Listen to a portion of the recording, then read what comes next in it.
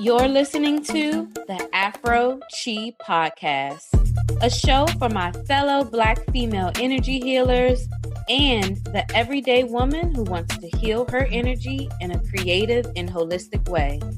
You'll hear from Black female healers who share their knowledge, gifts, and experiences and enlighten you on how to tap into your powerful Black energy to get the results you need to live an energetically free life. If you're ready to become unstuck, find freedom and peace energetically, stay tuned. I'm your host, Kiera Flipping.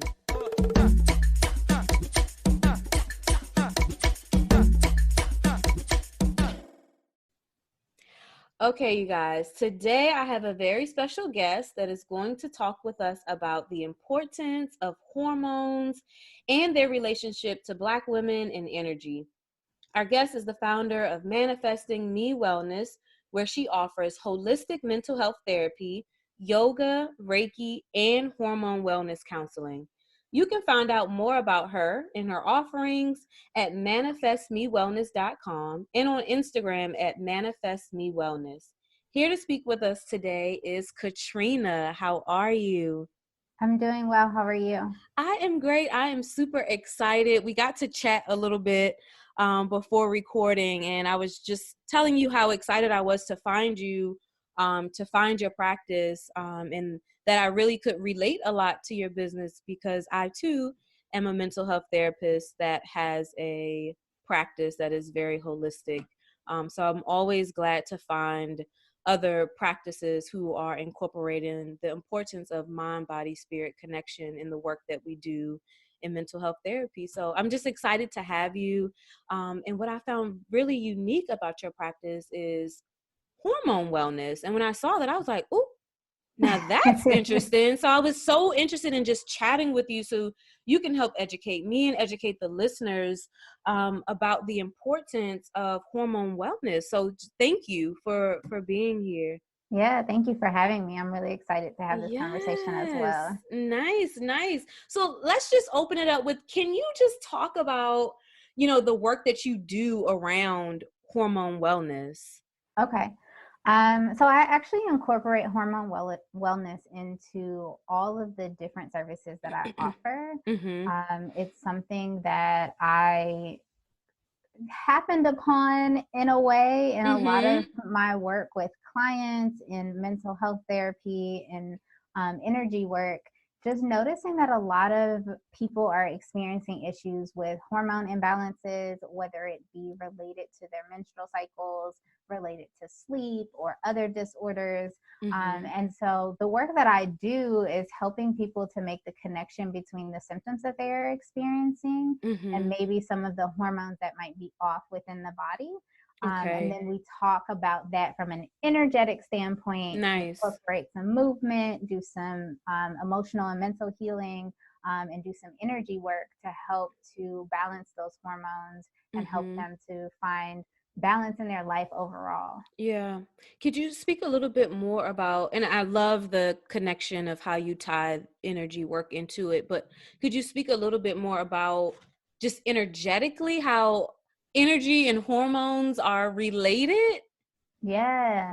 I think that's a really dense question. Okay. I think on the most basic level, if you're someone who operates from an energy standpoint, meaning that you understand energy, maybe you're very connected with the chakras or the movement of energy in any way, then at the most basic level, we can identify that everything is energy. Everything Absolutely. Energy, right? So our hormones are just another form of energy in our bodies. But on a bigger, larger scale, hormones run so many different operations within our body. So if we look at some hormones in our body, like they run everything from our reproductive cycles, our ability to get pregnant or get someone pregnant, to our ability to sleep at night, to our metabolism, to our sugar levels. Like they run everything. And if you are somebody who studies the chakras, each of the chakras is connected to a part of our endocrine system, which our endocrine system creates and processes our hormones. So there's a specific chakra that's related to a specific part of our body, an organ in our body that also produces hormones. So I think it's very connected to how we experience the world around us energetically. So when women come to you that are experiencing some level of hormone imbalance, you're able to then offer them an energetic way to alleviate some of those symptoms or manage what they're going through. Okay. Yes. So what does that? Go ahead. Yeah. I was probably gonna answer your question. Yes. So usually it would look like us sitting down and talking about some of the things that they are experiencing. Sometimes we do that before the session starts, and then I do work around opening up those energy fields.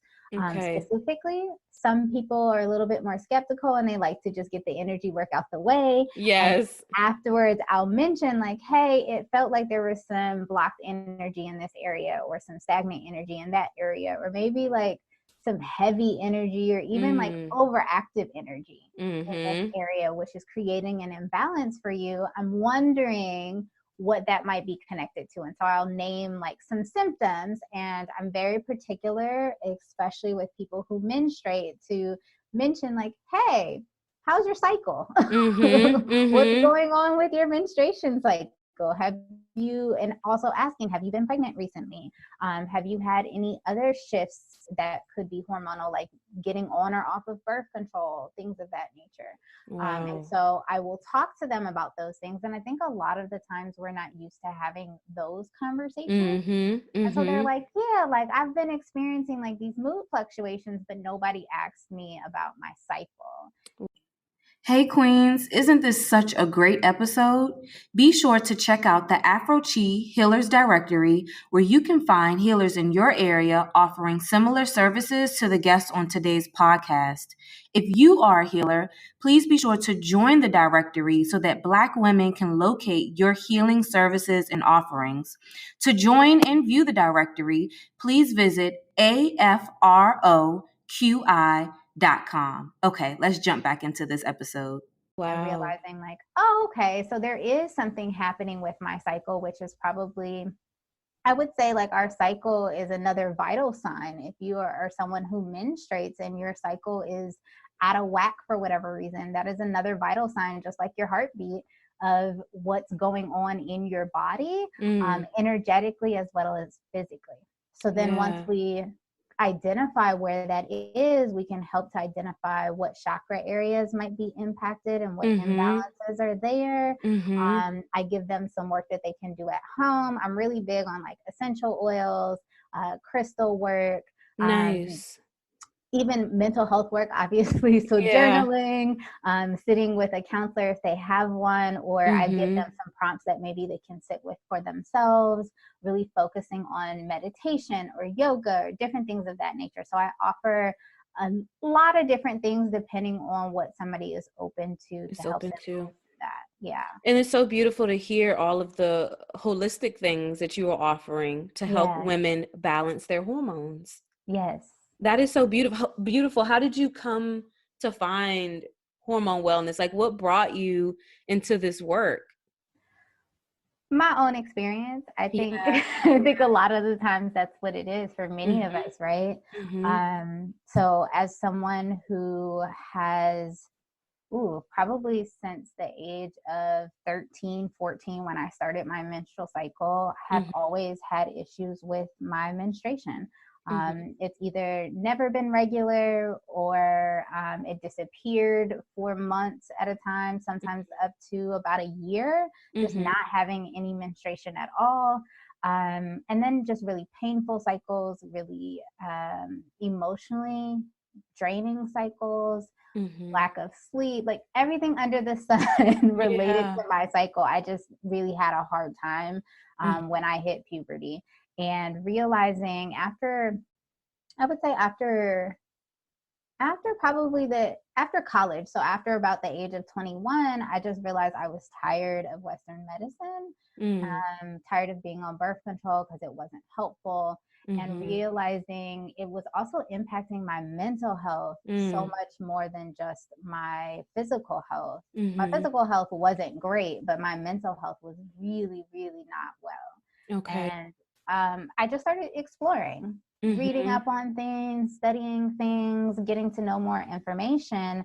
And then as I was also moving through my licensing process as a mental health therapist and getting trained in yoga and getting trained in Reiki, I was also asking questions like, oh, how is this connected to maybe like a hormone cycle, or what does that look like? And realizing there's so much stuff that is connected. We don't think about the mental health piece.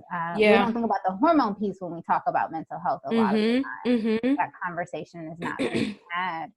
So that's kind of how I started to come into it. And the more that I've worked with clients, the more that I realized, like, this is a thing that we are really truly experiencing. Absolutely. And for whatever for many reasons, not whatever reason, there are a lot of reasons. It's happening predominantly in the Black community with our hormones being really off and having a lot of symptoms that are just not healthy, not well, not in balance, and don't feel good.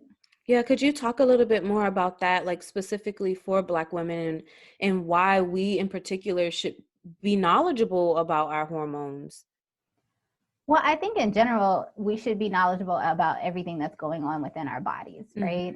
I don't think that Western medicine has done a good job of acknowledging the difference between what we would consider like male processes and female processes in the body.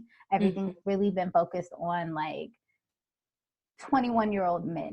And that is just not the accurate depiction of what's going on in bodies in general. On top of that, I think we as Black people are just we are involved in so many things. We are having to experience so much trauma on a regular basis, which really impacts our stress levels, which impacts our hormone levels. We are involved in so many areas of life where we're having to fight, advocate for ourselves, involve ourselves in things that sometimes we don't really want to. And I think that trauma and that constant stress really takes a toll on our bodies in huge ways. I'm thinking specifically about the number of clients that I've had who have diagnoses of like polycystic ovary syndrome, which is a hormone imbalance that causes you to have a number of different symptoms related to your menstrual cycle. And how many of them have been Black women.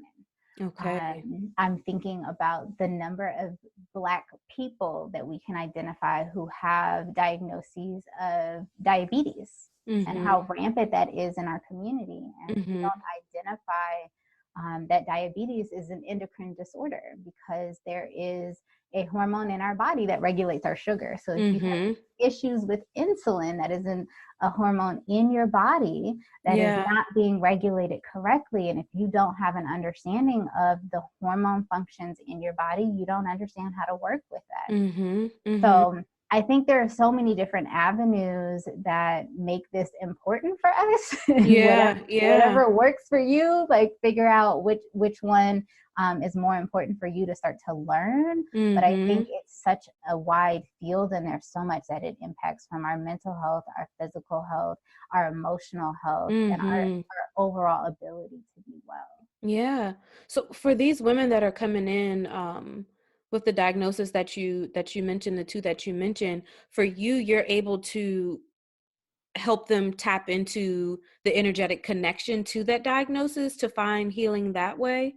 Yes. Okay. So I'm someone who believes that a lot of our illness really starts with our emotional bodies.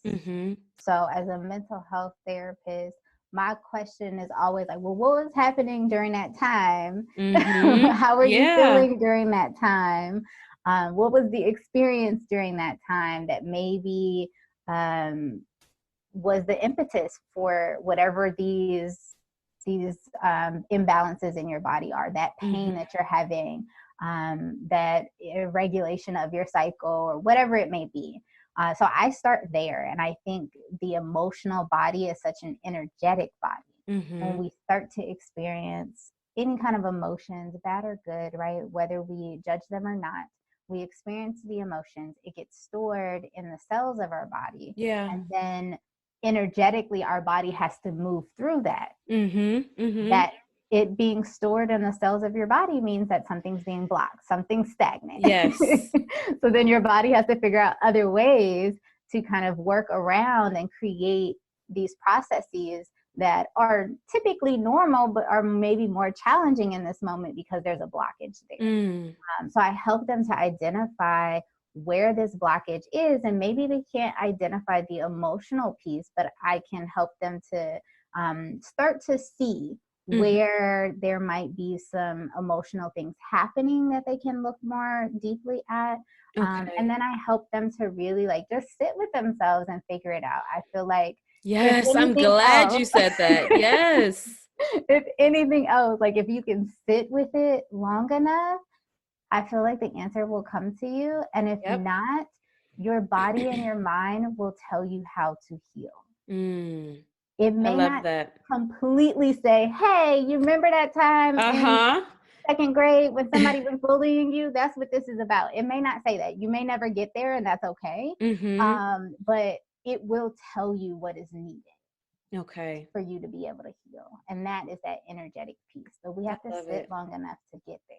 I think that is the thing. I feel like I've just been saying that over and over. We have to be still. Yes. We have to be still and set intentional time to just be with self. Yes. And connect with self and, you know, connect with our body. That is amazing. What other hormonal imbalances do you see women coming to you with? What are they typically dealing with? I know you mentioned the two. Are there any more that you see maybe more frequently than others? Just for the listener, maybe to connect like, oh yeah, I'm dealing with that. Like that is something that I am dealing with. I know you mentioned the missed periods, infrequent periods, with the one about the don't make me give you that word. What is it? The ovarian polycystic ovarian syndrome. Yes. Are there any others?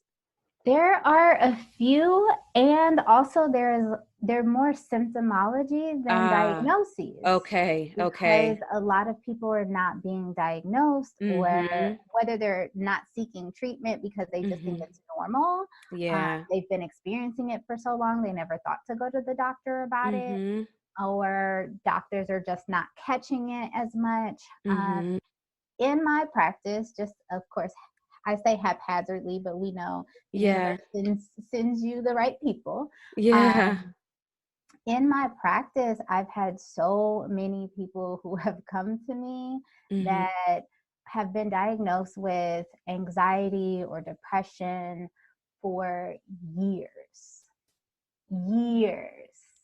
I think I know what you're about to say. Because that has probably been my experience. I'm going to let you finish. Yeah. I think it's many of our experiences, right? And nobody sat with them and said, well, what's going on with your cycle? Bipolar disorder is also another big one that a lot of people get diagnosed with because of the fluctuations in the hormone levels, the fluctuations in mood. And so some of the things that I've been doing with those individuals in particular is, hey, can we track your cycle?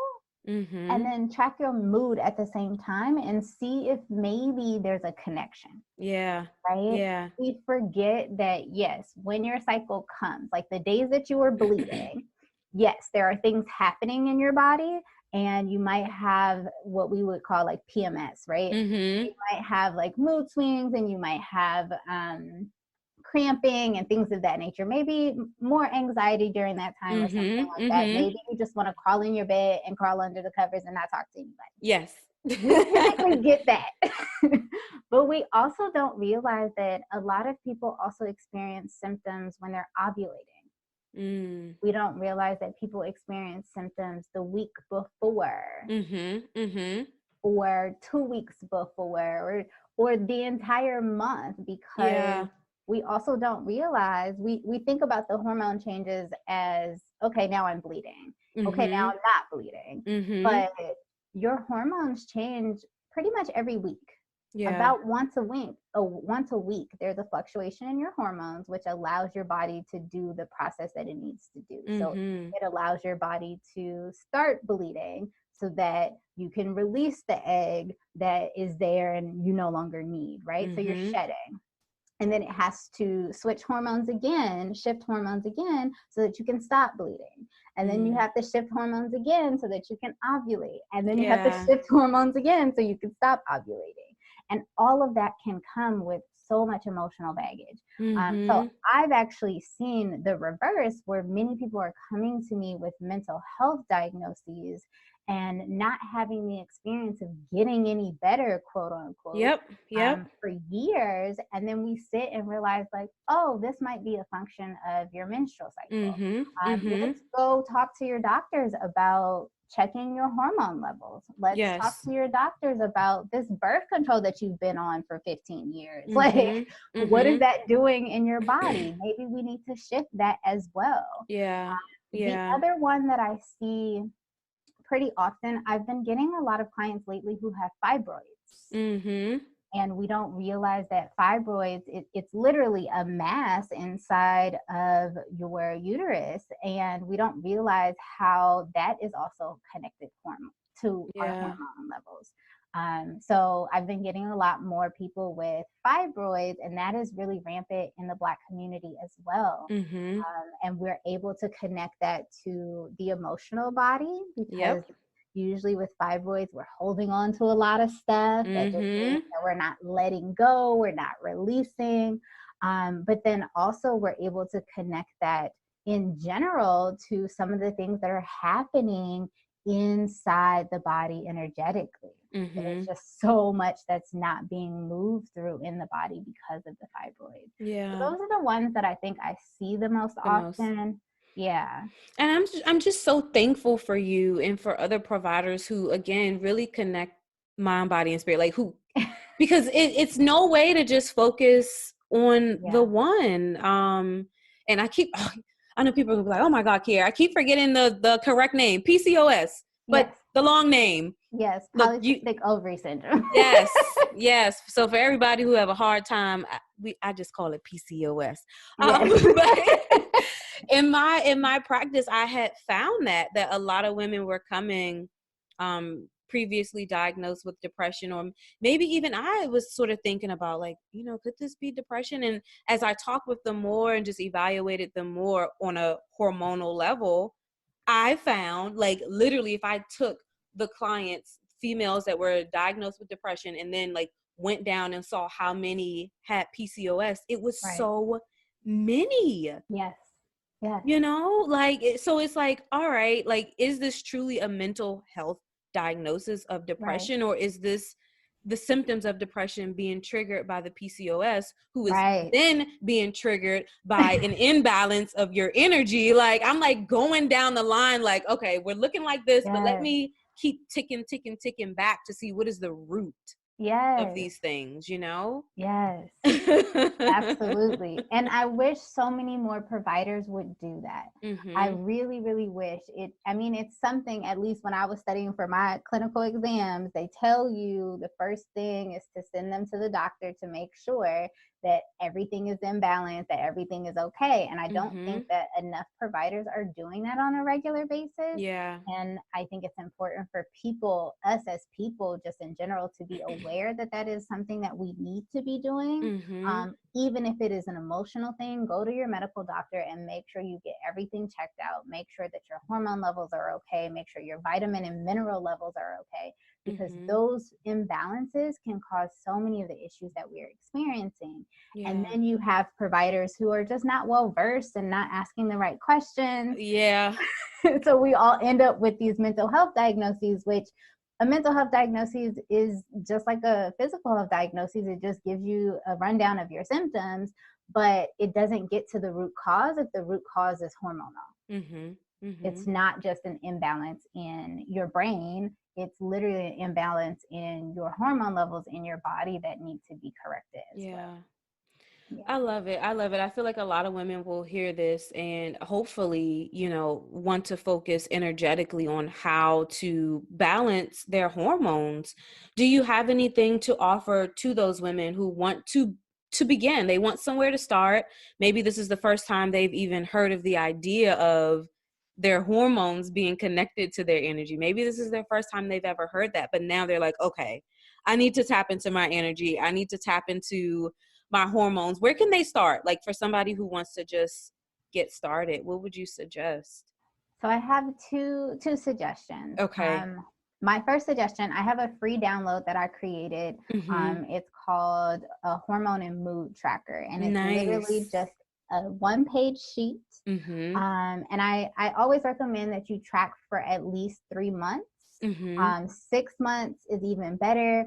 Continue to track for the rest of your life is even better. Nice. But at least 3 months, because with 3 months you can start to learn some patterns.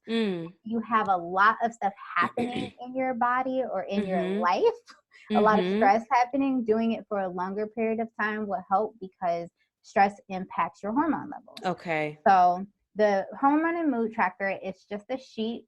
And I do a lot of art therapy as well. So you color it in. Okay. Because I like to offer that art piece. So you color it in, and basically you're just identifying what moods you have regularly throughout the month. And you color it in like a pie chart. So that you can see how much of this mood is happening throughout the month. And so let's say one of your moods is sadness. And so throughout the month, you mark how much sadness you have in each pie chart. And that way at the end of the month, you can look at it and go, oh, there was a lot of sadness happening at the beginning of the month, but not at the end of the month. And then you also mark in there the days that you're having your cycle so that you can see, like 2 weeks before my cycle, I was always having a lot of sadness. During my cycle, I was having a lot of anxiety. And so that helps us to start to connect this emotional piece, which is often connected to the energetic piece. Yes. And is often like the underlying issue. So that's one way that we can get started. Tracking our cycles, tracking our moods, and that download, it's free. It's something that I created as I started working with clients that I think is a beautiful way to just get started. Nice. The other thing that I would offer that I think anybody can do, I think in our culture, or our society rather, but even in our culture, we have a tendency to lean into what we would say is like masculine energy. So masculine energy is that hustle, it's that grind, it's that go, go, go. Whereas feminine energy, and this is completely not related to gender, but the feminine energy is just sitting still. Yeah. It's flowing. It's allowing yourself to receive. It's allowing yourself to just be. It's also tapping into your intuition, listening to your body, all of those pieces. So I always offer, like, how can you start to incorporate more feminine energy into your life? How can you start to incorporate more feminine activities, more feminine thought processes, or just how you're operating? How can you start to operate in a way that is not always masculine in nature? So instead of that go, go, go, that hustle and bustle, how can you kind of just relax and enjoy? How can you be more present? How can you do the things that feel better for you? I think we spend so much time pleasing everybody else. Like, make some time for yourself every day if you can, even if it's just 5 to 10 minutes, every week for an hour or longer, to just sit with yourself and say, what do I want to do in this moment? And allow yourself to just start leaning more into feminine energy. I think so much of the imbalance that we have in our hormones is really connected to the lack of feminine energy that is prominent in our society overall. I was just going to say that I don't know if a lot of women are even aware of that. Like, I guess they assume like, oh, I'm a woman, of course I have feminine energy. I mean, and we do, we have both, But how many of us actually tap into that feminine energy? We don't. We don't. I feel like our society doesn't teach us to, right? Yeah. Even the languaging around menstrual cycles, which is such a feminine energy thing, it's just so dark and so nasty. Like, we hide it. Yeah. We talk about how terrible it is and how inconvenient it is. So I think even just that's something that is so feminine in nature. You're literally flowing, right? Yeah. Your menstrual cycle is your flow. And we're so resistant to it. So I think just starting energetically, getting more connected, and that can be anything. I love the arts for that. I love dance for that.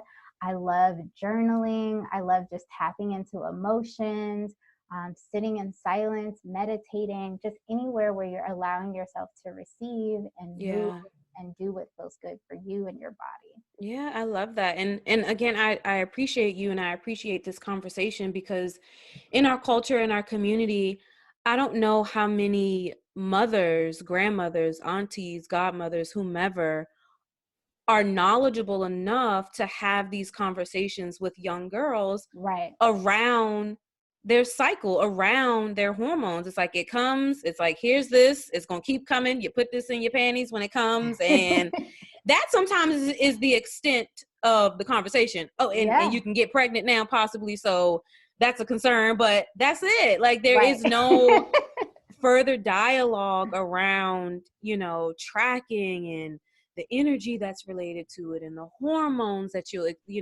hormone imbalance that kind of comes along with it. Like, that conversation, I don't know if that's happening in a lot of Black families.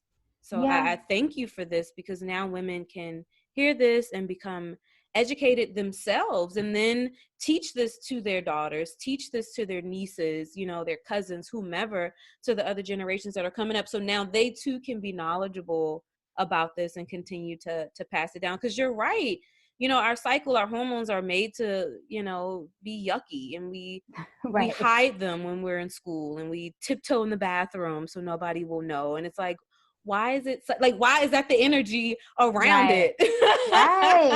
Right. I told this story. I don't remember. Someone was talking about hormone wellness, and she's a doula, and she was just kind of asking for people's stories of what happened when they started their cycle.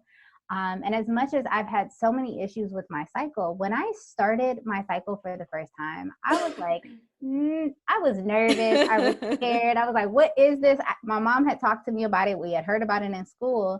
But it was the first time, and I was like, this is weird. Like, there's blood in my panties. I don't know what to do with that. Yeah. But my mom walked me through it. We had a night together. She took me to go buy pads together and walked me through the aisle, and was like, these are the different options that you have, and this is what you can find. And then she took me to dinner, and we went to the bookstore. Oh, nice. She let me let me buy a book, because that was something I was really into reading at the time. So she let me buy a book, and she just talked to me about okay, you're becoming a woman, and this is more responsibility, and also it's really important, all of that. But it was a very positive experience, and I don't think that girls are getting that anymore. I don't think anybody is getting that, because we're talking about women right now. We're using that language of women, but even men, boys are not even taught what menstrual cycles are. And they think it's yucky too. They don't want to even deal with it. They don't even know, they have no concept of it. And so we wonder also why we are hiding it and having so many issues with it. We can't even talk to our partners about it. And so many of us, that's who we end up spending the rest of our lives with, right? Yeah. We're not able to communicate that with our partners and our fathers and all of that. So I think there needs to just be more conversations in general for everybody, all genders. Yes. Have a conversation around what this thing is. What are our hormones? How does it operate in our bodies? What does it do? And how can we learn to live with it in harmony versus fighting it? Being so resistant to it. And then on a larger level with hormone health, the idea that trauma and stress impact your hormones and then therefore can impact your menstrual cycle, like that is something for us to really get into and start talking more about as a community. Yeah, absolutely. I am so thankful for you for this conversation. I know people are going to want to contact you and further this dialogue. I know they're going to have so many questions. Sure. Because for many, this was enlightening. This was a very enlightening conversation that I'm sure opened their eyes and ears to a lot of things that they did not consider before. So again, I just thank you so much for this conversation. And the work that you do, I mean, holistic mental health, yoga, Reiki, hormone wellness counseling, like you're covering the whole gamut. And we need more providers that are doing that. Yeah, absolutely. Yeah, absolutely. So thank you so much. Thank you. This was a great conversation. Yes.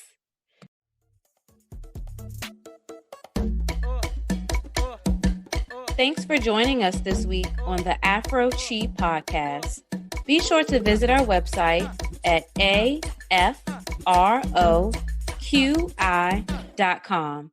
and on all social media platforms at the AfroQI. Subscribe to this podcast now so you never miss a show.